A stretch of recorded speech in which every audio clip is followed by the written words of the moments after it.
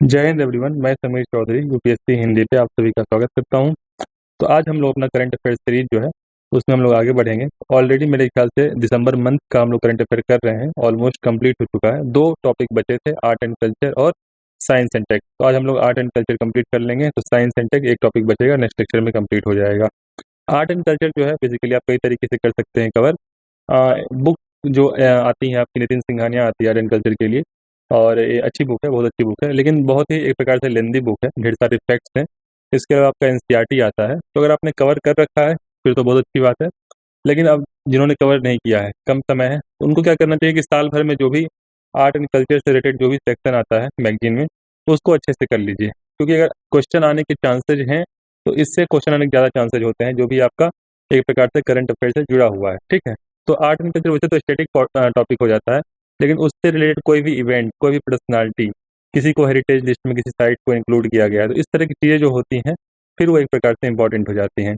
तो वो current affair में आपके कवर हो जाते हैं, उसको जरूर करिए। बाकी आपके पास समय बचता है तो स्टैटिक पोर्शन भी कर लीजिएगा। ठीक है, तो आपका जो सबसे पहला टॉपिक है आज है श्री अरविंदो।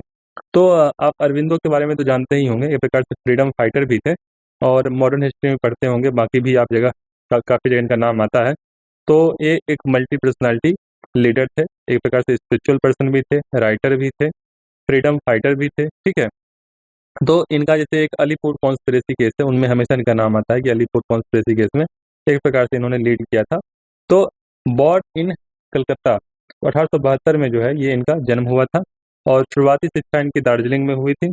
उसके बाद ये इंग्लैंड चले गए थे। ठीक, और वहाँ पे जो है इनकी पढ़ाई लिखाई हुई। ठीक, तो आप जानते होंगे भाई उस समय सिविल सर्विसेज एग्जामिनेशन कितना टफ होता था। आज के समय भी टफ है, उस समय और टफ होता था, क्योंकि एज लिमिट का क्राइटेरिया था, लैंग्वेज का क्राइटेरिया था, और गवर्नमेंट जो है एक प्रकार से भेदभाव भी करती थी, इंडियंस को क्यों चुनेगी, सिंपल सी बात है। तो उस समय इन्होंने सिविल सर्विस एग्जामिनेशन जो है वो क्रैक किया था। तो ऐसे कई लोग हैं जिन्होंने क्रैक किया, सुभाष चंद्र बोस, समझ रहे हैं ना। तो उस समय इतने मुश्किल परिस्थितियों में भी जो है इन्होंने एजुकेशन लिया, इंग्लिश एजुकेशन लिया, और एग्जामिनेशन को क्रैक किया। तो एक प्रकार से बहुत ही बुद्धिजीवी वर्ग के थे। इट इज लोकेटेड, फिर एक जो टर्मिनोलॉजी आता है अरोवाइल, अरोवाइल आता है। जैसे कि आप अरविंदो का जीवन पढ़ेंगे तो शुरुआत में जो है एक प्रकार से फ्रीडम फाइटर थे, और इनका जो थॉट था कोई बहुत मॉडरेट थॉट नहीं था, इनका थॉट एक्सट्रीमिस्ट था, कि मतलब थोड़ा सा जो भी ऐसे क्या कहते हैं वायलेंस, जिसके थ्रू जो है एक प्रकार से ब्रिटिश शासन को जगाया जा सके, और स्वदेशी आंदोलन हो, उसमें भी इन्होंने बढ़ चढ़ के हिस्सा लिया था। और तिलक हो, अरविंदो हो, ये सभी एक थॉट के कह सकते हैं व्यक्ति थे, जो कि जो मॉडरेट थे। मॉडरेट जनरल पॉलिसी थी पेटिशन वाली। ठीक है, पेटिशन प्रेयर। तो जो अपना एक्सट्रीमिस्ट थे ये बेसिकली इनका बोलते थे कि भाई इतना ज़्यादा हम वो शांत नहीं रह सकते, अपने कुछ ना कुछ एक्शन लेना पड़ेगा। ठीक है, तो ये थोड़ा सा जो है उतना ये जो है कुछ ना कुछ मूवमेंट चाहते रहते थे। मॉडरेट जो है थोड़ा पेशेंस के साथ अपना काउंसिल एंट्री के साथ अपना काम करना चाहते थे, कि ब्रिटिश से कुछ पेटिशन कर दिए, थोड़ा सा ये हमारी मांग मांग लो। लेकिन ये बोले कि नहीं भाई, हमारा कुछ अधिकार है, उसके थ्रू हम लोग जाएंगे। तो इन्होंने जो है बेसिकली अलीपुर कॉन्स्पिरेसी केस के बाद इनका नाम आया था। उसके बाद इनके शायद भाई को सजा हो गई थी। ठीक है, इनके भाई को सजा, इनके भाई थे, उनका नाम शायद बरिंदर घोष था, ऐसे कुछ था। तो उनको सजा हो गई थी, तो उसके बाद इन्होंने जो है बेसिकली इनको इनको जेल भी टर्म हुआ था अरविंदो को, और फिर ये पौंडीचेरी चले गए। ठीक है, उसका थोड़ा सा एक फ्रीडम जो था मूवमेंट था, उससे इन्होंने थोड़ा सा किनारा ले लिया, और स्पिरिचुअलिटी की ओर आगे बढ़े। तो वहाँ इन्होंने आश्रम, श्री अरविंदो आश्रम भी बनाया, और एक प्रकार से जो भी स्पिरिचुअल सीकर्स थे वहाँ जाके इन्होंने इनसे मिलते थे, और इन्होंने ढेर सारी बुक्स भी वगैरह लिखी। तो अरविंदो के बारे में जैसे कि आप जो मॉडर्न हिस्ट्री के सवाल आते हैं प्रीलिम्स में आप देखेंगे तो यूपीएससी और यूपीपीसीएस दोनों में मॉडर्न हिस्ट्री से ठीक ठाक सवाल आते हैं।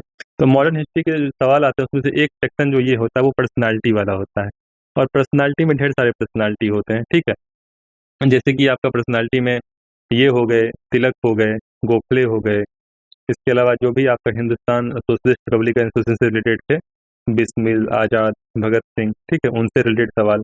इसके अलावा मॉडरेट में वैसे रनाडे हो गए, दादा भाई नौरोजी हो गए, और उस समय के जो भी एक प्रकार से एसोसिएशन बने थे। ठीक है, फिर आपका राजा राम मोहन राय हो गए, दयानंद सरस्वती हो गए, विवेकानंद हो गए, और भी ढेर सारे पर्सनालिटी हैं। तो उन सभी पे जो है प्रश्न बनते रहते हैं। ठीक, और कुछ कालक्रम या कुछ उनका किस मूवमेंट से वो रिलेटेड थे, तो जैसे ये अलीपुर कॉन्स्पिरेसी केस से रिलेटेड है 1908, और इन्होंने जो है अनुशीलन समिति, जिस प्रकार से एक्सट्रीमिस्ट मूवमेंट ही था। ठीक है, और बंगाल रीजन में ही था, तो अनुशीलन समिति डक्का, तो वहाँ से जो है इन्होंने इनका जो है योगदान रहा उसमें।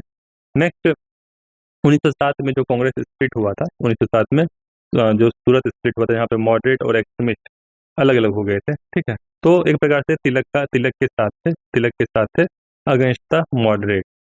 1914 ही स्टार्टेड मैगजीन आर्या। तो जैसे बुक्स वाला भी जो क्वेश्चन बनता है, एक तो बुक्स वाला कि भाई ये बुक किसने लिखा, और जैसे कि यूपीपीसी में मैं देख रहा हूँ, मैं डिस्कस करता हूँ सर के साथ, किसान सर के साथ डेली बेसिस पे, तो उसमें देखता हूँ कि भाई बुक्स वाले पे काफ़ी क्वेश्चन पूछे गए हैं, और ऐसा भी नहीं कि बहुत मुश्किल, क्योंकि क्वेश्चन रिपीट होते हैं। जैसे कि मैंने देखा इंडिया डिवाइडेड है कितनी बार रिपीट हुआ है, जो कि राजेंद्र प्रसाद के द्वारा लिखा गया। इंडिया विंस फ्रीडम, जो कि अबुल कलाम आजाद के द्वारा लिखा गया, वही कई बार रिपीट हुआ है प्रश्न। तो प्रश्न बहुत ज़्यादा रिपीट होते हैं, तो बहुत अच्छी बात है, आपके लिए तो अच्छी बात है, आप बेसिकली पीवाईक्यू भी तैयार कर लेते हैं। तो बुक्स वगैरह देख सकते हैं, कभी मुश्किल सवाल पूछना हो तो इस तरह की बुक पूछ सकते हैं। बाकी जो फेमस है उसमें से वंदे मातरम इंग्लिश डेली, मतलब इंग्लिश न्यूज़पेपर था डेली बेसिस पे, कर्मयोगी इंग्लिश न्यूज़पेपर, धर्मा बंगाली वीकली, मतलब हफ्ते में एक बार धर्मा आती थी, ये सभी ये निकालते थे, ठीक। इसके अलावा इनका जो है आर्टिकल किसी भी एक इंदू प्रकाश भी न्यूज़पेपर ही था एक प्रकार से, उसमें जो है इनका आर्टिकल छपता था, न्यू लैम्प फॉर ओल्ड छपता था, ठीक है, उसके लिए फेमस है। इसके अलावा और भी बुक इनके कंपाइलेशन है, जिसमें कि गीता, ठीक है। तो गीता तो बेसिकली एक तो भगवत गीता है, तो भगवत गीता तो खैर वेद व्यास ने लिखा है, ठीक है। लेकिन जो गीता है, भगवत गीता पे कई टीकाकार हुए, कई कमेंट्री हुई, ठीक है, और ढेर सारी, आप सैकड़ों की संख्या में देखेंगे, अलग अलग पर्सनालिटी ने अपने अपने हिसाब से गीता को इंटरप्रेट किया, ठीक। तो उसमें से ये थे, इन्होंने अपना किया collected poems and plays, synthesis of yoga. तो एक जो कुछ फेमस है, ये है द ह्यूमन साइकिल, ठीक है, ये फेमस है ह्यूमन साइकिल, ये ध्यान रखिएगा। नेक्स्ट आपका अरबिंदो जो थे वो सोशल डिवाइडिंग, मतलब जो आपस में जाति व्यवस्था है, धर्म व्यवस्था है, उससे वो एक प्रकार से विरोध करते थे। उनका मानना था कि भाई ये सोशल इनइक्वालिटी जो कि ह्यूमंस ने बनाई है, क्योंकि नेचर ने बनाई नहीं है, ठीक है, ह्यूमंस ने बनाई है, तो उसका वो विरोध करते थे। और रामानुजाचार्य, अच्छा आप मुझे कमेंट सेक्शन में बता सकते हैं कि रामानुजाचार्य की फिलॉसफी क्या थी, ठीक है। जैसे जैसे शंकराचार्य की अद्वैतवाद थी, ठीक है, आपका मध्वाचार्य की द्वैतवाद थी, वैसे ही आप मुझे बताइएगा कि आपका श्री रामानुजाचार्य की फिलॉसफी क्या थी, किस फिलॉसफी को उन्होंने रिप्रेजेंट किया था, ठीक। तो उनसे ये प्रेरित है, और जो भी ये कास्टिज्म सिस्टम था उसको बेसिकली ये विरोध करते थे। जैसे रामानुजाचार्य की एक मूर्ति बनी है, वो है बेसिकली स्टैच्यू ऑफ इक्वालिटी। तो स्टैच्यू ऑफ इक्वालिटी जो है ये बनी है। तो वेदांत का भी एक सिद्धांत है कि सभी लोग एक प्रकार से एक ही हैं, समझ रहे हैं ना। जो अहम ब्रह्मास्मि कहिए, चाहे तत्वम असि कहिए, चाहे जो भी कहिए, बेसिकली सभी लोग एक ही आत्मा का निवास है सब में, चाहे वो कोई भी जीव हो, ठीक है। तो जियोग्राफिकल इंडिकेशन ये नेक्स्ट है। तो जियोग्राफिकल इंडिकेशन तो एक किसमें छूट गया, ऑरोवेल। ऑरोवेल क्या है कि जैसे पांडिचेरी में रहने लगे तो वहाँ पे एक प्रकार से रिहेबिलिटेशन हुआ कि भाई कोई भी कहीं से आए, कोई भी पॉलिटिकल डिवीजन नहीं रहेगा, सभी लोग आपस में मिलजुल के रहेंगे। एक प्रकार से एक उनका सेंटर था, स्पिरिचुअल सेंटर कह लीजिए, ऑरोवाइल करके, ठीक। नेक्स्ट आपका ज्योग्राफिकल इंडिकेशन। तो ज्योग्राफिकल इंडिकेशन कुछ नहीं है, एक प्रकार से आप समझ लीजिए आईपीआर है। जैसे इंटेलेक्चुअल प्रॉपर्टी क्या होता है, इंटेलेक्चुअल प्रॉपर्टी होता है कि भाई किसी ने कुछ काम किया, किसी ने कुछ अच्छा काम किया, तो उसको बेसिकली क्या होता है कि उसको वो टैग मिलता है कि भाई, जैसे कई प्रकार के आईपीआर होते हैं, जैसे पेटेंट होता है, ठीक। जैसे कॉपीराइट होता है, कॉपीराइट किसके लिए होता है, किसी ने कोई मान लीजिए गाना लिखा, ठीक है, कोई सॉन्ग लिखा, और किसी ने कोई फिल्म बनाई, तो वो सब चीज़ें बेसिकली कॉपीराइट के अंदर आ जाती हैं। पेटेंट क्या होता है, पेटेंट कुछ ऐसा इन्वेंशन जो पहले कभी नहीं हुआ, अभी हुआ, ठीक है। जैसे किसी ने पैरासीटामोल बनाया होगा, किसी ने पहली बार टेलीविजन बनाया होगा, किसी ने पहली बार कंप्यूटर बनाया होगा, ठीक है। तो एक प्रकार से कह सकते उसका पेटेंट करा सकता है। सिमिलरली एक होता है ट्रेड सीक्रेट। ट्रेड सीक्रेट क्या होता है, जैसे पेप्सी है, पेप्सी जो है अपना कंपोजिशन जो भी वो डालती है बेसिकली वो नहीं डालती है, ठीक है, वो बेसिकली आप पीछे चेक करेंगे तो नहीं डालेगी। न्यूट्रिशनल इन्फॉर्मेशन दे देगी, इतना कैलोरी है, इतना ये है, इतना शुगर है, लेकिन जो उसका कंपोजिशन है वो नहीं, क्योंकि उसका ट्रेड सीक्रेट है। अगर वो डाल देगी तो हम भी पेप्सी बना सकते हैं, तो कंपनी का नुकसान होगा। तो उसने बेसिकली इन्वेंट वो किया है, तो उसको बेसिकली ट्रेड सीक्रेट। सिमिलरली आपका ट्रेडमार्क, ट्रेडमार्क जैसे यूपीएससी हिंदी का ट्रेडमार्क आप देख सकते हैं यहाँ पे है, ठीक है, वैसे ही अनअकैडमी का है, वैसे ही आपका वोल्क्सवैगन का, वैसे ही आपका मान लीजिए मारुति सुजुकी का है, टाटा का है, ठीक है, मर्सिडीज का है, सबका अपना ट्रेडमार्क होता है, ठीक है, सबका अपना ट्रेडमार्क होता है, ठीक है, मर्सिडीज का मान लीजिए है। तो अपने अपने ट्रेडमार्क के थ्रू मार्केट में वो बने रहते हैं। अब ऐसा तो है नहीं कि भाई टाटा ने गाड़ी बनाई उसको मर्सिडीज का ट्रेडमार्क लगा दिया कि भाई मर्सिडीज की गाड़ी है, ठीक है। तो एक प्रकार से अपराध है वो, ठीक। तो आईपीआर के तहत समझ लीजिए एक प्रकार से ये आईपीआर है, ज्योग्राफिकल आइडेंटिफिकेशन, कि भाई ये ट्रिप्स एग्रीमेंट के तहत डिफाइन किया गया है कि भाई कोई भी सामान एक जगह बनता है या उसी रीजन में, उसी लोकेलिटी में वो मतलब सैकड़ों सालों से वो बनता आ रहा है। Agreement on indication which identify good originating in the territory और region locality in the territory where given quality reputation और other characteristic of good is attributed to example. इसको आप दार्जिलिंग टी के उससे समझिए। मान लीजिए दार्जिलिंग है, दार्जिलिंग एक रीजन है आपका बेसिकली वेस्ट बंगाल में। तो वहाँ पे जो है, वहाँ पे मान लीजिए चाय चाय जो है, वहाँ पे चाय का बागान है, ठीक। तो चाय का बागान है, वहाँ का एक नेचुरल एनवायरनमेंट है, वहाँ पे जो भी चाय पत्ती बनेगी और भी कई चाय के बागान हैं, वो बेसिकली वहाँ के हिसाब से यूनिक होगी, ठीक। अब मान लीजिए किसी और रीजन का चाय पत्ती आ रहा है, समझ रहे हैं ना, कहीं से मैंने मान लिया मैं मार्केट में बनना चाहता हूँ, मैं पैसे कमाना चाहता हूँ, तो मैंने ABCD कहीं जगह से पैसे सस्ते में चाय पत्ती बना खरीद ली, ठीक है। उस चाय पत्ती के ऊपर मैंने बाहर एक पैकेट पे लिख दिया दार्जिलिंग टी, तो मुझे अधिकार नहीं है वो दार्जिलिंग टी मैं लिख दूँ, क्योंकि दार्जिलिंग में जो चाय बन रही है, दार्जिलिंग में जो चाय पत्ती तैयार हो रही है, उसी को बेसिकली दार्जिलिंग टी कह सकते हैं। सिंपल सी बात है, ठीक है। उसका आप बाहर यूज नहीं कर सकते उसके नाम का, जब तक वो वहां से उत्पादित नहीं है। जैसे गोरखपुर का टेराकोटा है, इसको GI टैग मिला हुआ है। तो गोरखपुर के आस यहाँ पे एक गांव है, वहां से बेसिकली जो मिट्टी मिलती है उसका टेराकोटा बनता है, वो यूनिक है। अब ऐसा नहीं है कि भाई आप आगरा में कोई मिट्टी बना ले, उससे मूर्ति बना ले, बोलेगा कि भाई ये गोरखपुर का ही टेराकोटा है। तो ऐसा नहीं कर सकते। तिरुपति का लड्डू, तो तिरुपति का लड्डू भाई उस वहाँ पे जो कंपोजिशन तैयार होता है, फिर उसी को बेसिकली तिरुपति का लड्डू कह सकते हैं। मैं अपने घर में लड्डू बना लूँ, उसको मार्केट में बेचूं कि भाई तिरुपति का लड्डू है, तो नहीं। तो इस तरीके से जो है आप मार्केट जो है वहाँ के आइडेंटिटी को प्रोटेक्ट करने के लिए ये लाया गया है ज्योग्राफिकल इंडिकेशन। सबसे पहले दार्जिलिंग टी को मिला था, सबसे पहले नंबर पे यही था, इसको मिला था, और उसके बाद कई प्रोडक्ट्स को मिला। तो कुल मिला के मेरे ख्याल से काफ़ी ढेर सारे प्रोडक्ट्स को जो है, ढेर सारे प्रोडक्ट्स को ये टैग मिल चुका है। सबसे ज़्यादा GI टैग जो है वो कर्नाटका को मिला है, ठीक है।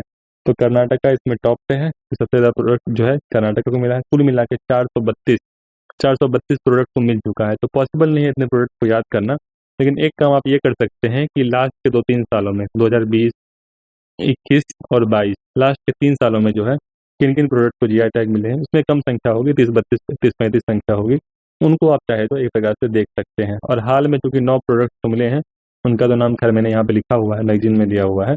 इनको तो आप देख ही लीजिएगा किस रीजन में। जैसे गामोसा, तो गामोसा आपके आसाम में है, ठीक। तो गामोसा आसाम में है, और एक प्रकार से जो है ये mostly woven out of white thread with colourful integral red है। तो गमछा टाइप का है, कुछ एक प्रकार से कपड़ा है जो कि आसाम रीजन में तैयार होता है। तो आपको बस एक प्रकार से क्या है और कौन से रीजन में इतना पता होना। जैसे अलीबाग व्हाइट ओनियन, तो सफ़ेद प्याज है जो कि महाराष्ट्र रीजन में एक प्रकार से पाया जाता है, और आम प्याज से ये अलग होता है, मीठा होता है, ठीक। नेक्स्ट तंदूर रेड ग्राम, ये तेलंगाना में है, ठीक। नेक्स्ट लद्दाख रक्त कार्पो एप्रिकोट, तो ये बेसिकली लद्दाख से है। तो ऐसे ही आपको कौन कौन से प्रोडक्ट को मिला है और किस राज्य से बिलोंग करते हैं, ये आपको आइडिया होना चाहिए। जैसे ओना टुरु कारा, ये क्या है, ऑयल सीड है, ठीक है। ये क्या है, ऑयल सीड है, जिससे प्रकार से ऑयल निकाला जा सकता है। तो आपको ये आइडिया होना चाहिए। सिमिलरली ये जो है कोडू गन्नूर पोट्टू वेलारी, ठीक है, ये केरला से है, और एक प्रकार से फ्रूट है, फल है, जिससे जूस निकाला जा सकता है। तो आपको इन सभी प्रोडक्ट्स के नाम और कौन कौन से राज्य से बिलोंग करते हैं, आपको इसका आइडिया होना चाहिए। तो ये था बेसिकली GI टैग जिसे आप देखेंगे कि इसका बेसिकली जो है ट्रिप्स एग्रीमेंट से लेना देना है। ये ट्रिप्स एग्रीमेंट, इसका तो आप जानते ही होंगे नाम ट्रिप्स एग्रीमेंट का, कि बेसिकली जो भी एक प्रकार से क्या कहते हैं ट्रेड के लिए जो भी वस्तुएं यूज होती हैं तो उसका बेसिकली जो है IPR प्रोटेक्टेड होना चाहिए। जैसे trademark, copyright, GI tag, patent, industrial design किस सेंस में हो सकता है।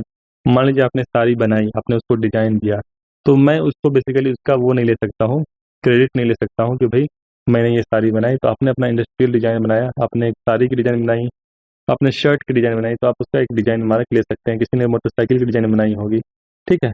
तो ये जो ट्रिप्स एग्रीमेंट है, ये IPR से रिलेटेड है, और 1995 में जो है, ये 1995 में ये फोर्स में आया था, ठीक है। और एक प्रकार से WTO के एग्रीमेंट का हिस्सा था, और ये जितने भी WTO मेंबर्स हैं उनके ऊपर ये एप्लीकेबल है। और ये एक्चुअली जो है ओरिजिनेट हुआ था आपका उरुग्वे राउंड। तो ये जो है उरुग्वे राउंड जो है basically Uruguay round of GATT, तो general agreement on tariff and trade, ठीक है, 1996 1986। तो 1986 से 1994 एक प्रकार से हुआ था। उसके बाद एक प्रकार से 1995 में जो है ये केम इनटू फोर्स।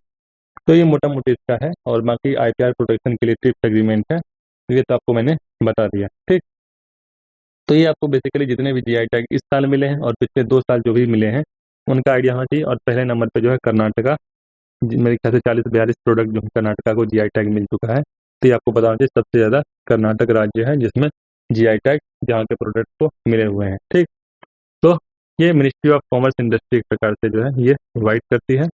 ये भी आपको आइडिया होना चाहिए कि मिनिस्ट्री ऑफ कॉमर्स इंडस्ट्री जो है ये प्रोवाइड करती है। Next, UNESCO tentative list of world heritage site.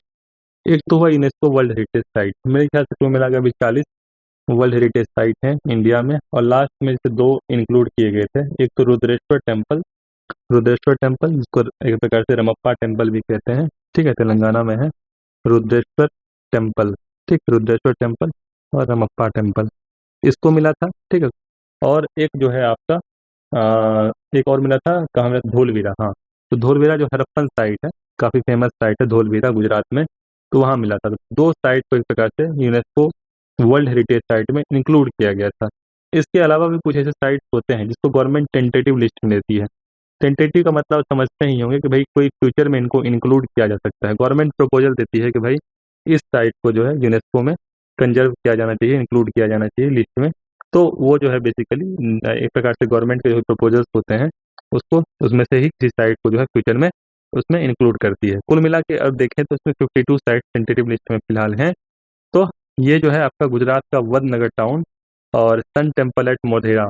Sun temple India में कई हैं, ऐसा कि नहीं, ऐसा नहीं है कि सिर्फ सन टेम्पल जो कोणार्क वाला है उड़ीसा वाला वो फेमस है, लेकिन कई 3-4 सन टेम्पल्स जो कि फेमस हैं। जम्मू कश्मीर में भी एक है, ये गुजरात में मोढेरा सन टेम्पल है जो कि rock cut sculpture of Unakoti in Tripura.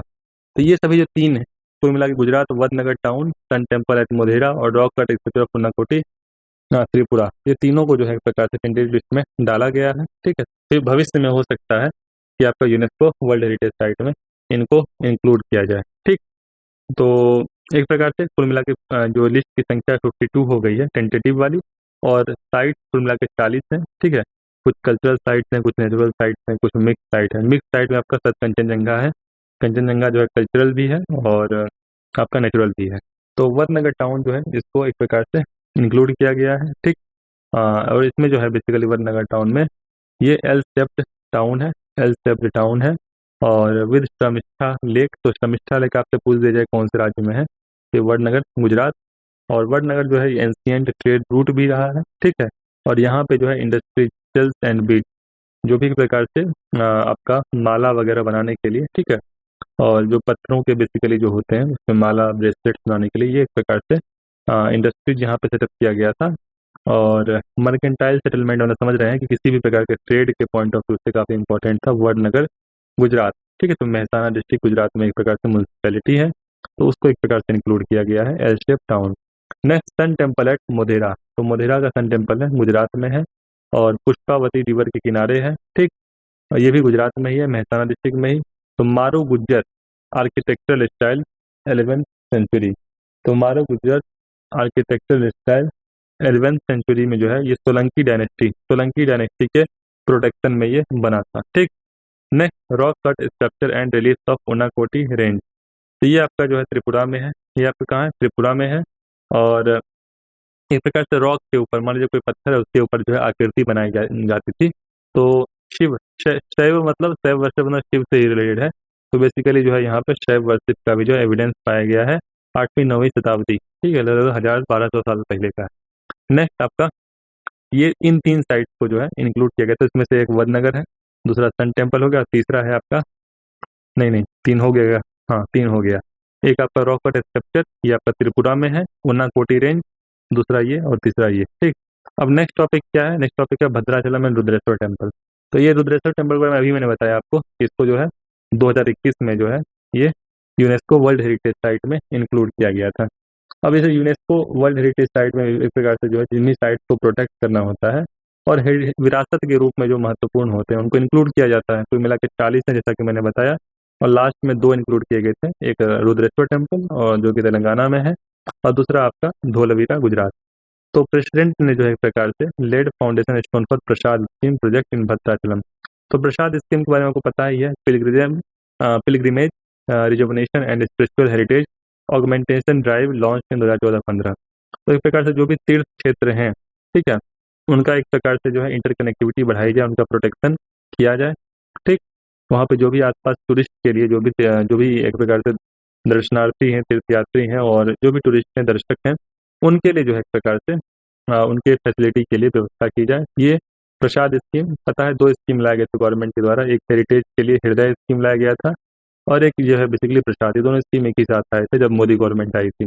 Next, Shri Sita Ramchandra Swami Narayan स्वामी वारी देवस्थानम भद्राचलम। तो ये बेसिकली जो है राम जी से रिलेटेड है, भगवान राम से, और ये एक प्रकार से लेफ्ट ट्राइब्यूटरी ऑफ गोदावरी, ठीक है। तो मेरे ख्याल से जो आश्रम था उनका, जब जैसे राम जी का बेसिकली जो है पढ़ेंगे थोड़ा बहुत रामायण या रामायण सीरियल भी देखा होगा, तो पंचवटी में रहे थे मेरे ख्याल से लंबे समय तक, और बेसिकली मेरे ख्याल से यही रीजन होना चाहिए, गोदावरी नदी के किनारे वो भी था, ऐसा वर्णन आता है। तो यहाँ पे जो है श्री सीता रामचंद्र स्वामी वारी देवस्थानम भद्राचलम, ये टेम्पल जो है ये भगवान राम को डेडिकेट किया गया है और गोदावरी नदी के किनारे है, ठीक है। और नेम डिराइव फ्रॉम भद्रागिरी, तो भद्रागिरी ये माउंटेन का नाम है मेरे ख्याल से, ठीक है, वहाँ जो भी हिल्स रेंजेज होंगे। नेक्स्ट आपका रुद्रेश्वर टेम्पल। तो आपको बस इतना बताना चाहिए प्रेजेंस के पॉइंट ऑफ व्यू से कि ये श्री सीता रामचंद्र जो भी ये देवस्थान है, ये गोदावरी के किनारे एक प्रकार से है, मेरे ख्याल से ये आपका आंध्र प्रदेश से तेलंगाना कहीं होगा, चेक कर लीजिएगा।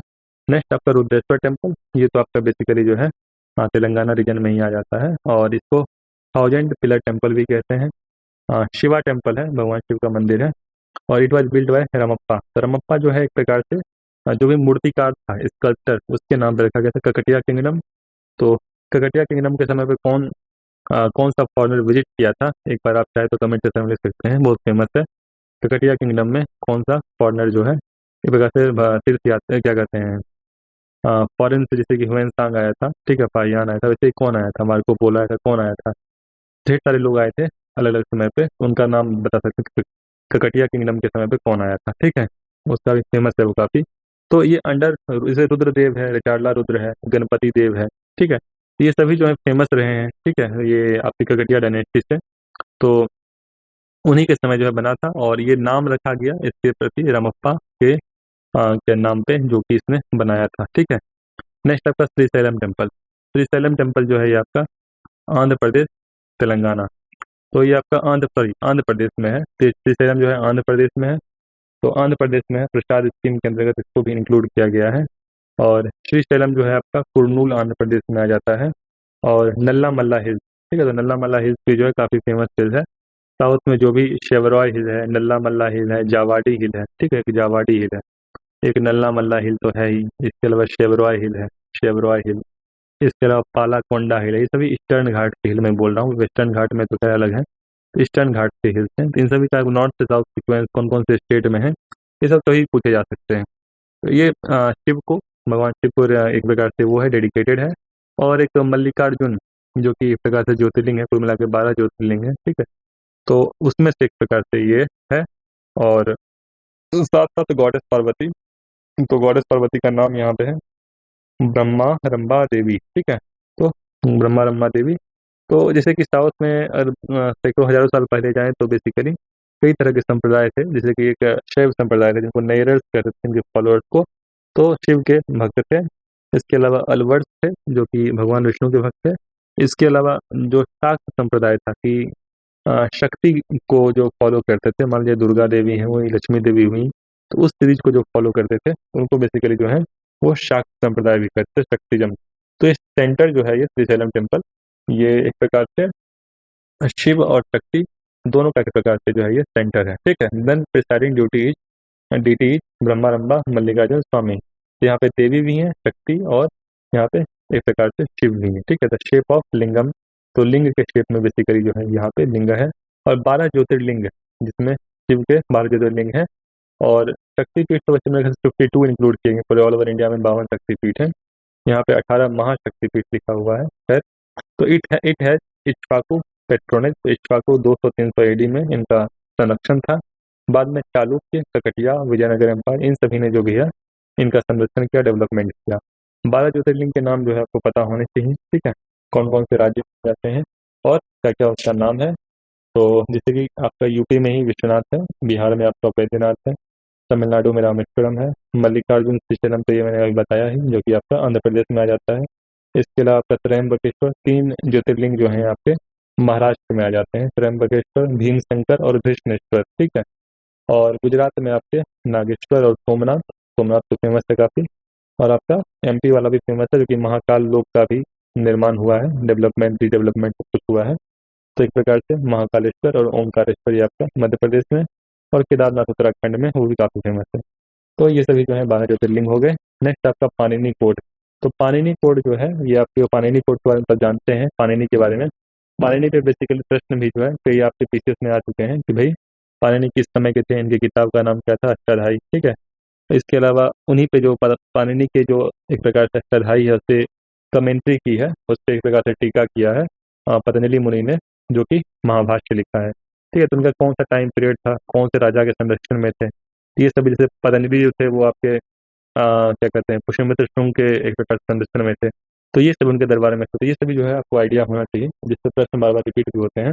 तो पाणिनि कोड ये न्यूज में क्यों रहा कि बेसिकली एक इंडियन आप कह सकते हैं इंडियन रिसर्चर, ठीक है। तो इंडियन रिसर्चर थे संस्कृत के लिए, अभी फिलहाल फिलहाल अभी क्या कहते हैं पीएचडी कर रहे हैं या कर चुके हैं आपके कैम्ब्रिज यूनिवर्सिटी, ठीक है। तो कैम्ब्रिज यूनिवर्सिटी काफी फेमस यूनिवर्सिटी है। तो वहाँ से जो है इन्होंने रिसर्च किया। तो एक इनकी जो संस्कृत की जो ग्रामर थी पाणिनि की, ठीक है, अष्टाध्यायी। तो पाणिनि का बेसिकली जो है अष्टाध्यायी संस्कृत का बेसिकली ग्रामर है, कंपाइलेशन है। उसमें कुल मिला के उन्होंने 4000 सूत्र पाणिनि ने लिखे हैं, ठीक है, पाणिनि ने लिखे हैं। तो कोई भी जैसे भाषा हो, भाषा को प्रोटेक्शन कब मिलेगा, जब उसका ग्रामर जो है उसको हम सहेज के रखें, उसके ग्रामर का हम बोलने चालने लिखने में प्रयोग कर सकें, तो भाषा लंबे समय तक जो है जीवित रहती है। तो पाणिनि जो है इनका एक प्रकार से अष्टाध्यायी लिखा इन्होंने हजारों साल पहले एक प्रकार से। तो उन्होंने 4000 सूत्र दिए, ठीक है, संस्कृत को समझने के लिए। अब जैसे कंप्यूटर में हम डाटा अगर फीड करें उस संस्कृत की भाषा का, तो अपने को ठीक ठाक ग्रामेटिकल उसमें एल्गोरिथम डालना पड़ेगा, सिंपल सी बात है, ठीक है। तो उसमें जो है ग्रामेटिकली कुछ ना कुछ एरर आ रहा था। और जैसे पाणिनि का जो भी ओरिजिनल अष्टाध्यायी था, पाणिनि ने जो भी लिखा था, ठीक है, तो उसमें ग्रामेटिकल मिस्टेक जो अपने पास था उसमें कुछ एक ऐसा ग्रामेटिकल मिस्टेक था कि जैसे कि अष्टाध्यायी के व्याकरण का नियम को एक समस्या थी, जो अष्टाध्यायी के व्याकरण के नियम थे उसको लेकर समस्या थी। तो ये भारतीय छात्र जो थे, इनका नाम है ऋषि राज पोपट, ठीक है। तो इनका नाम है ऋषि राज पोपट। इन्होंने बेसिकली जो भी आपस में एक प्रकार से समस्याएं थी, ठीक है, उनके व्याकरण को नियमों को लेकर, जब दो या दो से अधिक नियम जैसे सामने आ जाए तब क्या करना है, ठीक है।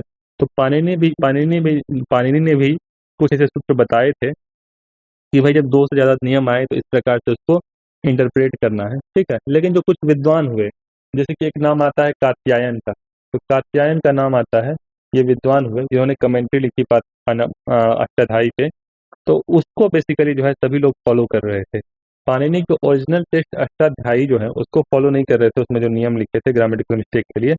लोग जो उस पर कमेंट्री बाद में विद्वानों ने की, उसमें कुछ ना कुछ फ्लॉ था। पाणिनि के अष्टाध्यायी में कोई फ्लॉ नहीं था, ठीक है। पाणिनि ने सही चीज बताई कि बेसिकली जब दो या दो से अधिक नियम आए आमने सामने आए तो किस प्रकार से उसका निराकरण करना है, ठीक है। लेकिन बाद में जो विद्वान आए उनके नियमों की गलत व्याख्या की, ठीक।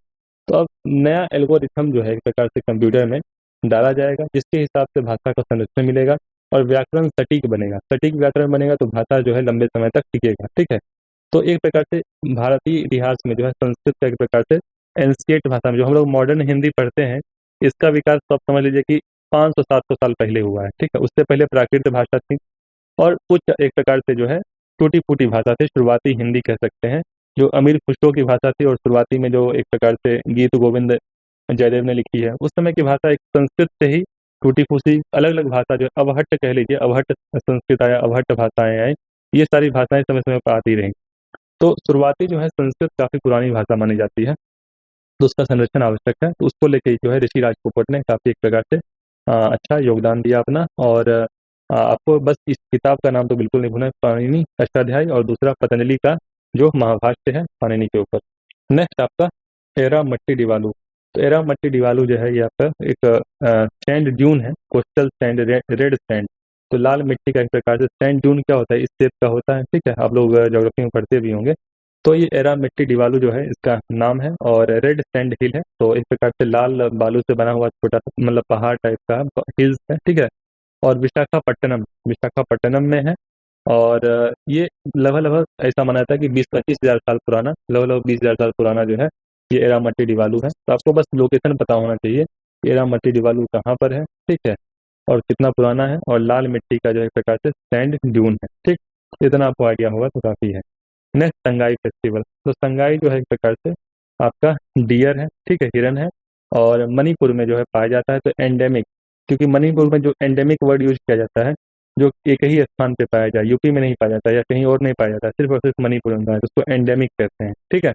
तो एंडेमिक है जो कि सिर्फ मणिपुर में पाया जाता है। और ये कैबुल लैमजाओ नेशनल पार्क। अब कैबुल लैमजाओ नेशनल पार्क जो है ये आपका लोकतक लेक का ही हिस्सा है, ठीक है। तो लोकतक लेक का ही हिस्सा है। और ये फ्लोटिंग फ्लोटिंग बायोमास है, मतलब एक प्रकार से तैरता हुआ बायोमास है, उस पे लोग रहते भी हैं, ठीक है। तो ये वहाँ पे काफी फ्लोटिंग आपको हट मिल जाएंगे, ढेर सारी चीजें मिल जाएंगी, तो फ्लोटिंग आइलैंड्स मिल जाएंगे। ये संगाई में जो है वहाँ संगाई डियर वहाँ पाया जाता है। और संगाई फेस्टिवल उसी को लेके बेसिकली सेलिब्रेट किया जाता है, ठीक है, हर साल इन नवंबर, ठीक है। हर साल नवंबर में ये प्रकार से ये सेलिब्रेट किया जाता है, annual cultural festival of Manipur organize. तो संगाई के नाम पे है बेसिकली। और संगाई जो है इसका आयुष्यन स्टेटस, जैसे कोई भी एनिमल, जैसे अभी न्यूज में आ गया संगाई, तो इसका आयुष्यन स्टेटस आपको पता होना चाहिए। इसका आयुष्यन स्टेटस आपका वल्नरेबल है, ठीक है। तो जो भी जीव जो है, कोई भी अगर न्यूज में आ जाता है कोई भी एनिमल, तो उसका आपको आयुष्यन स्टेटस पता होना चाहिए। नेक्स्ट आपका हॉर्नबिल फेस्टिवल। तो हॉर्नबिल फेस्टिवल जो है हॉर्नबिल के को लेके है। हॉर्नबिल एक पक्षी है, ठीक है, और जो कि आपके ट्रॉपिकल रीजन और सब ट्रॉपिकल रीजन में पाया जाता है। और जो हॉर्नबिल है ये आपका स्टेट बर्ड है अरुणाचल प्रदेश और केरला का। तो अरुणाचल प्रदेश और केरला इसका स्टेट बर्ड है हॉर्नबिल, पहली बात। दूसरी बात, नागालैंड में हॉर्नबिल फेस्टिवल मनाया जाता है, ठीक। नागालैंड में हॉर्नबिल फेस्टिवल मनाया जाता है। वहाँ के जो भी इंडिजिनस ट्राइब्स हैं, समझ रहे हैं, वहाँ के जो भी एक प्रकार से जनजाति हैं, वो बेसिकली जो है सेलिब्रेट करती हैं। पहली बात आपको ये पता होना चाहिए, ट्रॉपिकल बर्ड है, और आंध्र प्रदेश केरला में ये फेस्टिवल मनाया जाता है। इसके अलावा आपको पता होना चाहिए कि इसका आयुष्यन स्टेटस हॉर्नबिल का वल्नरेबल है, ठीक है। आयुष्यन स्टेटस जो है हॉर्नबिल का ये वल्नरेबल है, इसका वल्नरेबल है, ठीक है। इसका आयुष्यन स्टेटस मैंने आपको बेसिकली जो है यहाँ पे एंडेंजर्ड है। तो संगाई का एंडेंजर्ड है, जो कि मैंने गलती से आपको वल्नरेबल बता दिया।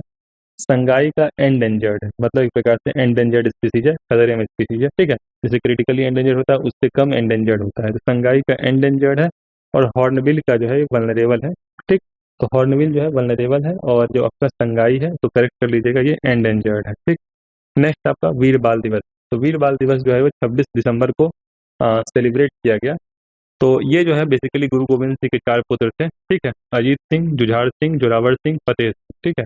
तो अजीत सिंह, जुझार सिंह, बाबा जोरावर सिंह, फतेह सिंह, बाबा वर्ड बेसिकली ऐड किया गया है इनके रिस्पेक्ट के लिए। वैसे तो इनकी एज कम थी, लेकिन जो इन्होंने काम किया बेसिकली वो बहुत ही एक प्रकार से आम बच्चे ये काम नहीं कर सकते, तो इनके लिए जो है वीर बाल दिवस हम लोगों ने सेलिब्रेट करना शुरू किया 26 दिसंबर को। तो एक बहुत ही कॉमन प्रश्न, बहुत ही आसान प्रश्न बन सकता है कि वीर बाल दिवस कब सेलिब्रेट किया जाता है, तो 26 दिसंबर क्या था। अच्छा, किसके नाम पे किया था, तो गुरु गोविंद सिंह के 2 पुत्र थे बेसिकली। कुल मिला के 4 पुत्र थे, चारों बेसिकली, दो में से दो तो चुनवा दिए गए थे, ठीक है, दीवारों में, और दो जो है एक प्रकार से लड़ाई करते हुए शहीद हो गए थे। उनमें से जोरावर सिंह और फतेह सिंह का नाम है। और ये लड़ाई जो है आनंदपुर साहिब, तो आनंदपुर साहिब बेसिकली आपका पंजाब में गुरुद्वारा है, आनंदपुर जगह है, ठीक है। मैं गया हुआ भी हूँ वहाँ पे, बेसिकली जो है ये गुरुद्वारा बना हुआ है। तो ये वहीं पे जो है इनकी एक प्रकार से शहीदी हुई थी, गुरु गोविंद सिंह की माता जी की, और इनके 2 पुत्रों जो हैं बेसिकली उनके शहीद हो गए थे वॉर, लड़ाई करते वक्त, ठीक। इसके अलावा जैसे गुरु गोविंद सिंह का एक बहुत ही फेमस है जफरनामा। जफरनामा जो है उन्होंने औरंगजेब को चिट्ठी लिखी थी जफरनामा करके, ठीक है। तो उस समय जो है बेसिकली ये जफरनामा ये फेमस है, क्योंकि जफरनामा, तो आपको आइडिया होना चाहिए कि ये क्या है जफरनामा, ठीक। तो लेटर लिखा था ना जफरनामा औरंगजेब को, तो उसको लेकर ये फेमस है। और गुरु गोविंद सिंह जो है उनके बारे में थोड़ा सा जान लीजिए कि 1666 में गुरु गोविंद सिंह का जन्म हुआ था। कहाँ हुआ था, पटना। तो पटना में हुआ था, इसलिए पटना में बहुत फेमस गुरुद्वारा है पटना साहिब, वहाँ प्रकाश पर्व भी जो है समय पर मनाया जाता है। इसके बाद गुरु गोविंद सिंह ने खालसा पंथ की स्थापना की थी, खालसा पंथ, ठीक। तो खालसा पंथ को उन्होंने कुछ नियम बनाए कि 5 चीजें जो हैं खालसा को कैरी करनी पड़ेंगी। उनको बड़े केस रखने पड़ेंगे, और वैसे केस के कॉम्बिंग के लिए कंघा रखना पड़ेगा, फिर कृपान, छोटा सा डैगर चाकू टाइप का, करा हाथ में, और कच्छा, ठीक है। तो ये बेसिकली 5 चीजें जो है बेसिकली खालसा पंथ को कैरी करनी पड़ेंगी। कुछ रूल्स बनाए कि अल्कोहल नहीं लेना है, मीट वगैरह नहीं खाना है, और जो भी इनोसेंट हैं उनको जो है एक प्रकार से उनकी रक्षा करनी है। ठीक है, तो इन्होंने कुछ ऐसे नियम बनाए थे, और इनकी जो है गुरु गोविंद सिंह की शहीदी बेसिकली हुई बैटल ऑफ मुक्तसर। तो बैटल ऑफ मुक्तसर में जो है एक प्रकार से ये शहीद हुए। ठीक है, तो ये बेसिकली आपको पता होना चाहिए। नेक्स्ट आपका आसाम मूवमेंट। तो आसाम मूवमेंट जो है ये शहीद दिवस मनाया गया एक प्रकार से, वहाँ की भाषा में शहीद हो शहीद दिवस 10 दिसंबर को Assam movement, first martyr of Assam movement.